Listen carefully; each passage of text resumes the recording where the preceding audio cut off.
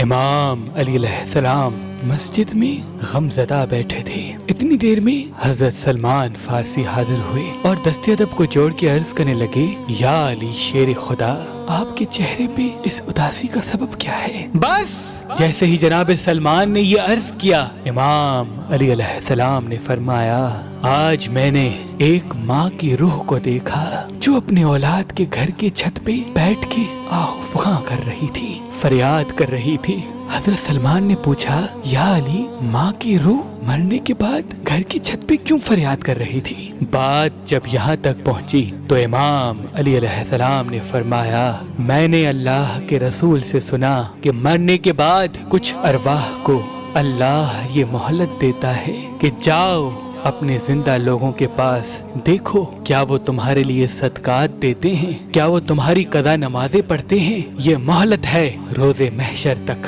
تاکہ تمہارے نیک اعمال کا ترازو بھاری ہو سکے۔ مرنے کے بعد ماں باپ کی روح اپنے اولاد کے گھر کی چھت پہ آ کے بیٹھ جاتی ہے اور بار بار یہ فریاد کرتی رہتی ہے کہ ہم نے تمہیں پالا، بچپن میں تمہاری پرورش کی، آج ہم مر چکے ہیں، نہ اپنے لیے ایک نیکی بڑھا سکتے ہیں اور نہ ہی اپنا ایک گناہ کم کر سکتے ہیں۔ خدارا ہمارے لیے نیک اعمال کرو، ہماری قضا نمازیں پڑھو، ہماری نیت کر کے کسی غریب کو کپڑے دو، کسی بھوکے کو کھانا کھلاؤ۔ آج میں نے ایک ماں کی روح کو دیکھا جو اپنے بیٹے کے سامنے ایسے فریاد کر رہی تھی جیسے کوئی مجبور بے بس انسان کسی باحیثیت انسان کے سامنے فریاد کرتا ہے۔ اے سلمان، اپنے مرحومین کو اپنی دعاؤں میں یاد رکھنا، اپنے بزرگوں کے لیے ایثار ثواب کا اہتمام کرنا۔ جناب سلمان نے پوچھا، یا علی، وہ کون سا دن ہے جب ارواح کو یہ موقع ملتا ہے؟ امام علی علیہ السلام نے فرمایا،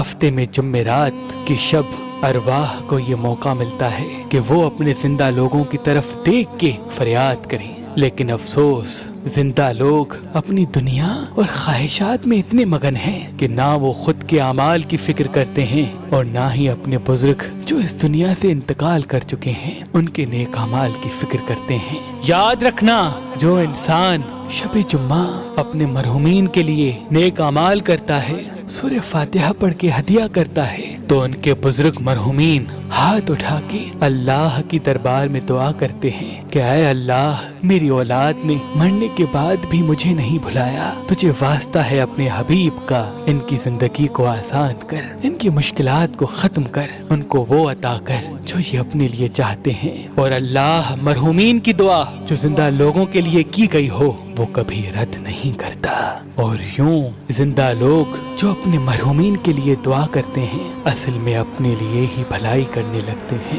اور وہ دنیا و آخرت میں سرخرو ہونے